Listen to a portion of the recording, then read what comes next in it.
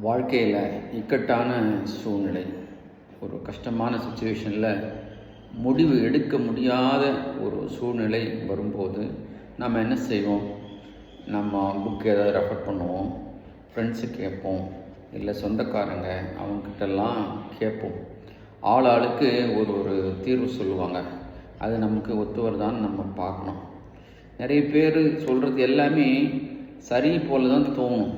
அதாவது இது சரியான தீர்வு, இதன்படி போனால் பிரச்சனை தீர்ந்துடும் அப்படின்னு நினைக்கிறோம். ஆனால் அது எல்லாமே மற்றவங்களோட கருத்து, ஆலோசனை. அந்த வழியை நம்ம ஃபாலோ பண்ணோம்னா நமக்கு சரியாக வருமானு யோசிக்கணும். அதனால் என்னெல்லாம் நீங்கள் கேட்குறீங்களோ, யாரிடமிருந்தெல்லாம் கேட்குறீங்களோ, அதெல்லாம் உங்கள் அறிவால் யோசிச்சு பாருங்கள், அனலைஸ் பண்ணி பாருங்கள்.